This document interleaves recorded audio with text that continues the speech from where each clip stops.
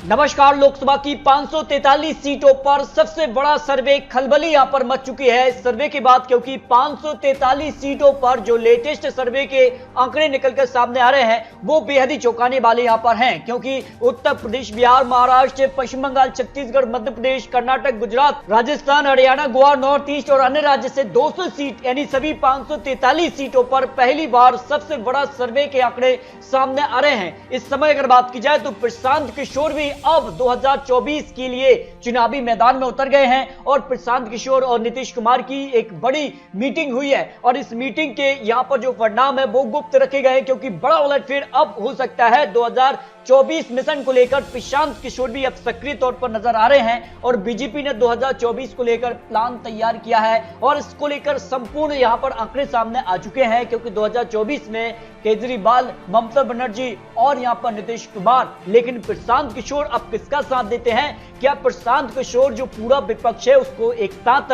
यहां पर लाने में सफल होंगे? लेकिन सवाल यह कि पीएम चेहरा विपक्ष के कौन हो सकता है, यह भी महत्वपूर्ण सवाल बना हुआ है। इसी बीच अगर बात की जाए तो बीजेपी ने जो प्लान यानी मास्टर प्लान तैयार किया है, क्योंकि बीजेपी अब यहां पर सतर्क हो चुकी है और 2024 को लेकर अभी से ही यहां पर प्लानिंग की है और सभी राज्यों के लिए उन्होंने यहां पर जो है प्रभारियों की लिस्ट भी जारी की है। बड़े बड़े नामों को प्रभार यहां पर लोकसभा चुनाव के लिए प्रदेशों को सौंपा है। ऐसे में काफी महत्वपूर्ण चौंकाने वाले आंकड़े अब लोकसभा के 543 सीटों पर निकल कर आ रहे हैं। अगर इस समय चुनाव तो फिर सियासी माहौल में कौन आगे दिखाई देता है, क्योंकि काफी हलचल यहां पर मच चुके हैं। भारत जोड़ो यात्रा से कांग्रेस यहां पर 2024 की तैयारी में है। नीतीश कुमार दावा करें कि विपक्ष साथ रहता है तो फिर बीजेपी 50 सीटों पर सिमट सकती है। अरविंद केजरीवाल पंजाब के बाद गुजरात चुनाव में भी काफी फोकस कर रहे हैं और 2024 की तैयारी कर रहे हैं। तो ममता बनर्जी भी काफी हलचल पैदा करती नजर आई। इस तरह से अगर बात की जाए तो विपक्ष काफी यहां पर काफी खलबली मचाता नजर आ रहा है। लेकिन 7 चुनाव लड़ेंगे अलग अलग, ये काफी महत्वपूर्ण है।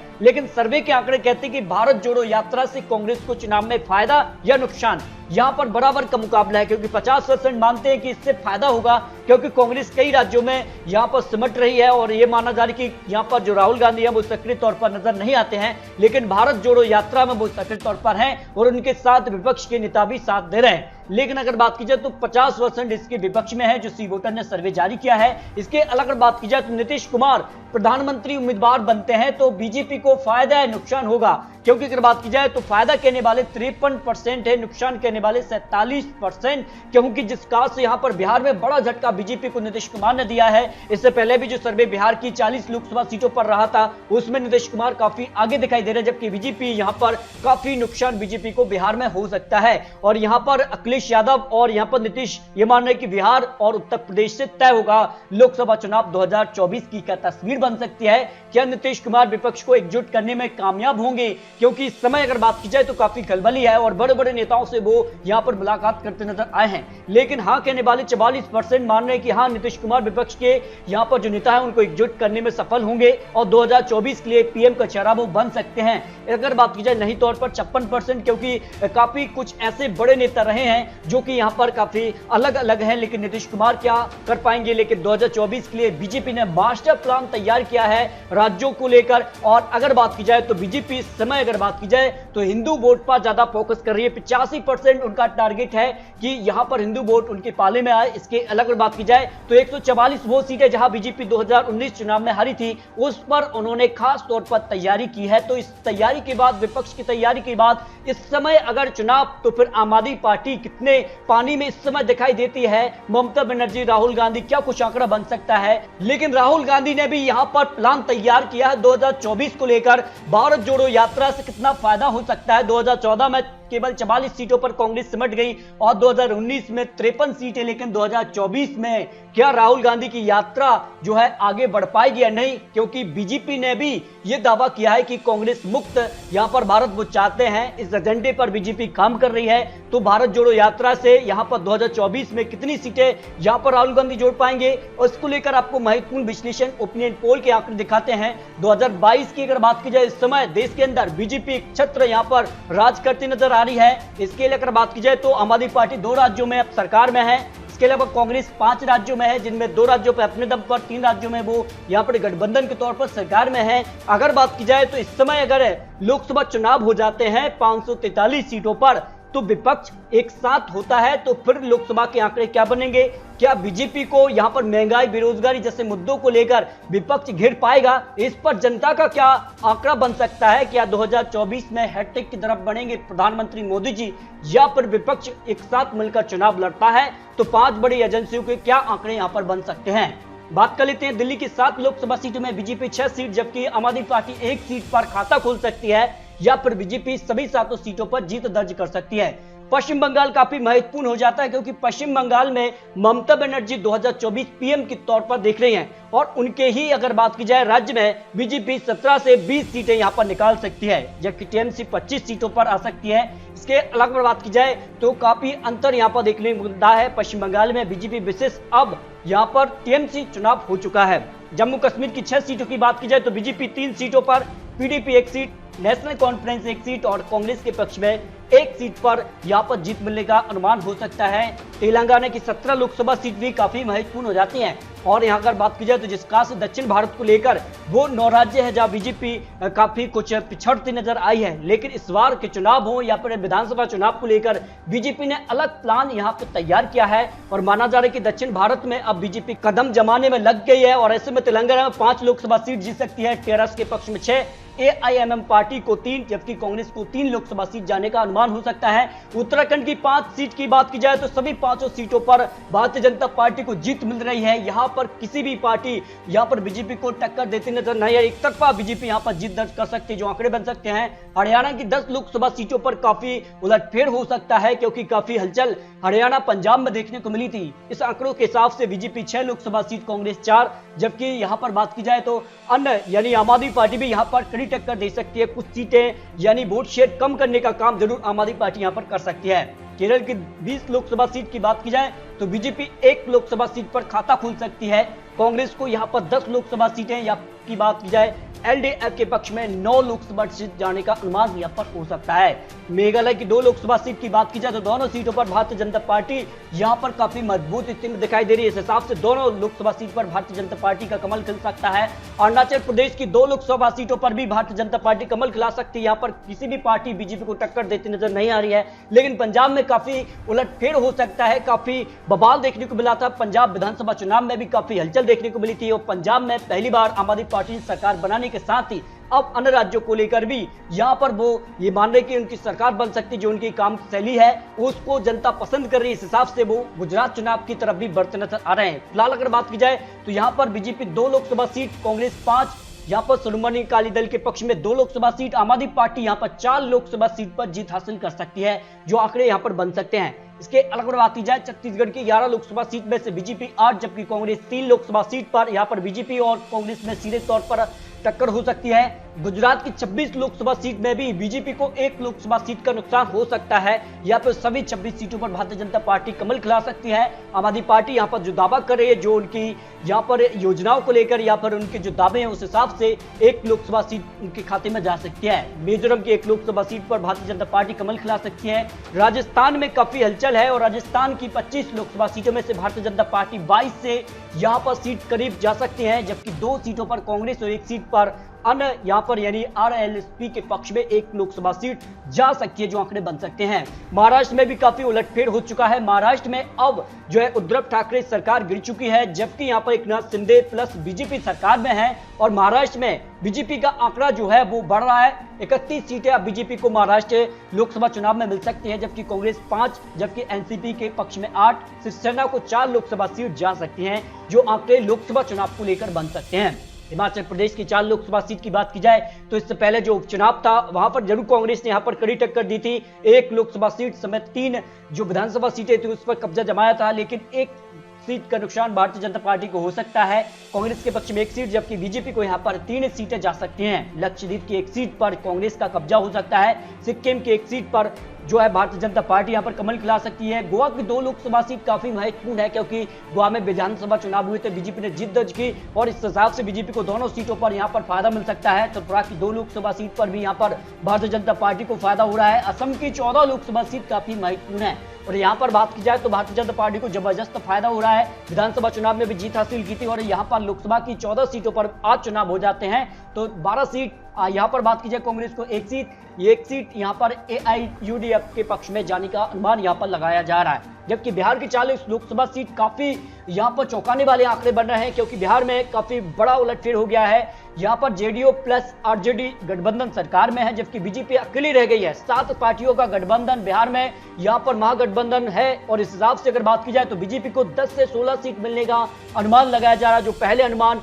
करीब 30 सीटों तक बीजेपी का था, लेकिन उसमें करीब 15 से 20 सीट का नुकसान बीजेपी को बिहार में हो सकता है। JDU को 14 सीट, RJD के पक्ष में 9 सीट, कांग्रेस को 1 सीट जाने का अनुमान बिहार की 40 लोकसभा सीट पर लगाया जा रहा है। उड़ीसा की 21 लोकसभा सीट में से बीजेपी 8, जबकि BJD यानी बीजू जनता दल को 10 सीटें जाने का अनुमान, कांग्रेस को 3 लोकसभा सीट मिलने का अनुमान हो सकता है। अंडमान निकोबार की 1 सीट पर भारतीय जनता पार्टी कमल खिला सकती है, जबकि मणिपुर की 2 लोकसभा सीट पर भी भारतीय जनता पार्टी 1 सीट पर कांग्रेस को जीत मिलने का अनुमान है। आंध्र प्रदेश की 25 लोकसभा सीट निर्णायक हो सकती है, और यहाँ पर भारतीय जनता पार्टी को जो उनका गठबंधन रहेगा उनको 8, जबकि वाईएसआर के पक्ष में 10, TDP को 3 और कांग्रेस को 4 सीटें मिलने का अनुमान यहाँ पर लोकसभा में हो सकता है। तमिलनाडु की 39 लोकसभा सीटों में से बीजेपी को 0 से 3 सीटें जा सकती हैं। इस तरह से अगर बात की जाए तो उत्तर प्रदेश की 80 लोकसभा सीट, 543 सीट यानी लोकसभा चुनाव के लिए हार जीत के बीच एक महत्वपूर्ण यहाँ पर राज्य होता है, और यहाँ पर उत्तर प्रदेश में योगी आदित्यनाथ की सरकार है, और इस हिसाब से भारतीय जनता पार्टी को जबरदस्त फायदा हो सकता है। उत्तर प्रदेश में 70 से करीब सीट यहाँ पर भारतीय जनता पार्टी को जा सकती है। समाजवादी पार्टी को 7 लोकसभा सीटें, BSP को 2, 1 कांग्रेस के पक्ष में भी जा सकती है।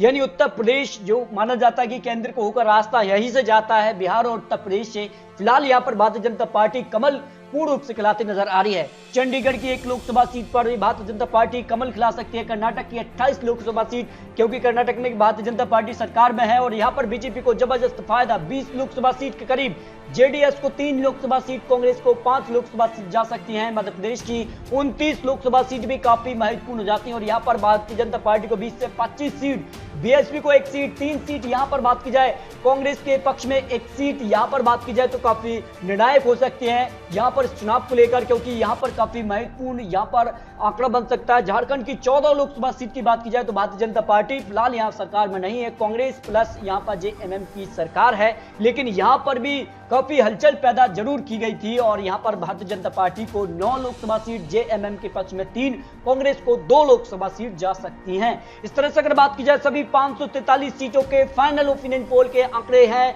इसमें NDA को पूर्ण बहुमत मिलता नजर आ रहा है, जबकि यूपी के पक्ष में यहाँ पर 118 से 120 सीटें करीब जा सकती हैं। अदर की बात की जाए तो 117 सीटें के करीब, यानी कुल सीटें प्लस माइनस होने की संभावना है, 20 सीटें माइनस प्लस हो सकती हैं किसी भी पार्टी को, लेकिन फिलहाल आंकड़ा यानी बहुमत का आंकड़ा जो है भारतीय जनता पार्टी के पक्ष में जाता नजर आ रहा है। NDA एक बार फिर से लोकसभा चुनाव आज तो फिर पूर्ण बहुमत से सरकार बनाने के आंकड़े तक पहुंच सकती है। बेरोजगारी, महंगाई जैसे बड़े मुद्दों को लेकर विपक्ष अभी भी काफी पिछड़ता नजर आ रहा है, लेकिन आने वाले वक्त में क्या ये भरपाई जो है विपक्ष या अन्य मिलकर चुनाव लड़ते हैं, यूपीए प्लस अन्य, तो फिर आंकड़ा बढ़ सकता है, फिर खलबली यहाँ पर देखने को मिल सकती है। इसी बीच अगर बात की जाए टाइम्स नाउ नवभारत के ओपिनियन पोल के हिसाब से बीजेपी को यहाँ पर 292 से लेकर 312 सीटें यानी पूर्ण बहुमत इस ओपिनियन पोल के हिसाब से भी आज चुनाव होते हैं 2024 के लिए, तो फिर NDA कमल खिला सकता है। कांग्रेस के पक्ष में 118 से 138 सीट, TMC 27 से 31 सीट, केवल TMC पश्चिम बंगाल में ही यहाँ पर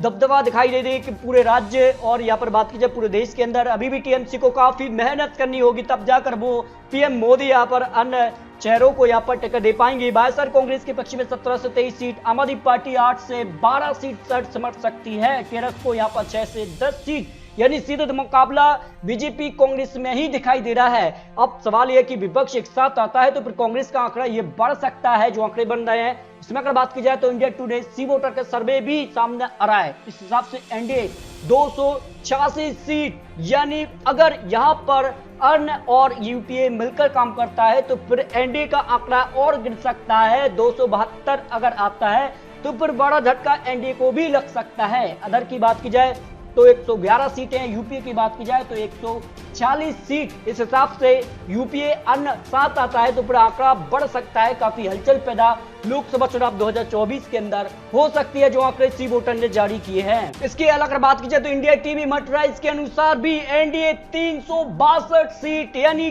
करीब करीब जो आंकड़ा 2019 में दिखा था उससे जी ज्यादा यहाँ पर सीटें एनडीए को आज चुनाव होते हैं तो मिल सकती हैं, जो आंकड़ा यहाँ पर दिखाई दे रहा है। यूपी की बात की जाए तो 97 सीटें यूपीए के पक्ष में, अन्य की बात की जाए तो 84 सीटें अन्य के पक्ष में, यानी एनडीए यहां पर इस ओपिनियन पोल के हिसाब से 350 का भी आंकड़ा पार करता नजर आ रहा है। इसके अलावा अगर बात की जाए तो अगर गठबंधन होते हैं और अन्य या जो यूपीए है वो साथ मिलकर चुनाव लड़ते हैं तो फिर आंकड़ा क्या बन सकता है, इस पर भी आपको महत्वपूर्ण विश्लेषण दिखाते हैं। देखिए left, SP, BSP, RLD, TDP, INLD या फिर जो अन्य विपक्ष है वो साथ आता है तो फिर एनडीए 282 सीटों तक पहुंच सकता है। यूपीए 172 सीट, अन्य की बात की जाए तो यहाँ पर 89 सीटें अन्य के पक्ष में जा सकती हैं। एक और आंकड़ा आपको दिखाते हैं, दिलचस्प आंकड़ा, आम आदमी पार्टी, तृणमूल कांग्रेस, शिवसेना यूपीए में आ जाती है, पर आंकड़ा फिर जो बहुमत का आंकड़ा एनडीए से दूर रहता है।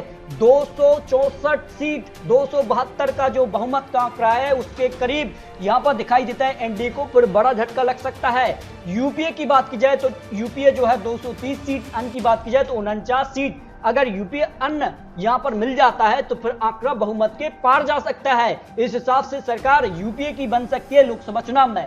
फिलहाल ये चुनावी आंकड़े, चुनावी अनुमान दिखाए हैं, अभी भी बड़ी बड़ी एजेंसी के और भी यहां पर महत्वपूर्ण विश्लेषण लोकसभा चुनाव को लेकर जल्द आने वाले हैं। तो आपको क्या लगता है, अपनी राय कमेंट बॉक्स में जरूर रखिए।